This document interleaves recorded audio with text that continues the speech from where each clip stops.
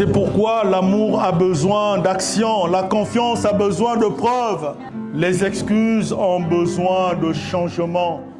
Nous savons que l'homme a la réputation d'aimer en parole. Et généralement, quand il y trouve son intérêt, sans graver cet amour dans le cœur.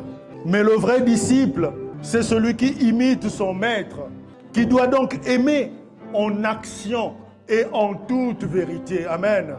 Comment peut-on soumettre à Dieu des promesses fallacieuses? N'est-ce pas se maudire intentionnellement? N'est-ce pas empoisonner sa propre vie?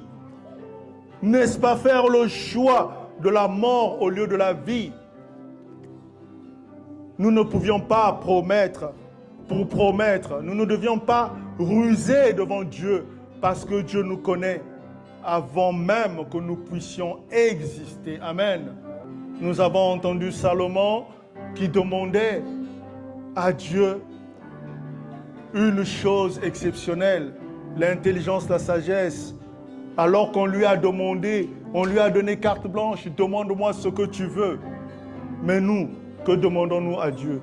Que demandons-nous à Dieu? L'évangile, ce n'est pas un domaine où on doit ruser pour faire les poches aux autres, pour demander sans cesse, où les chrétiennes et les sœurs en Christ sont devenues comme des femmes de ménage dans la maison du pasteur. Non!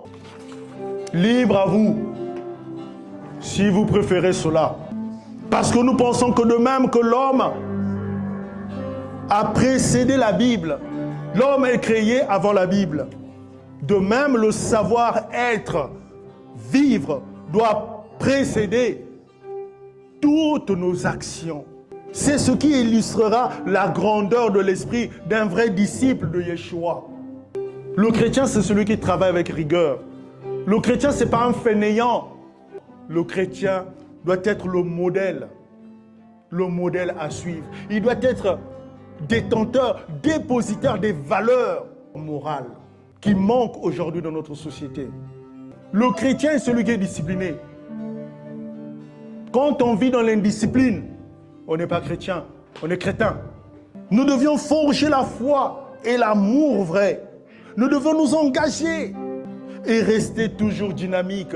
Il faut que quand on voit un chrétien, qu'on ait envie de lui ressembler.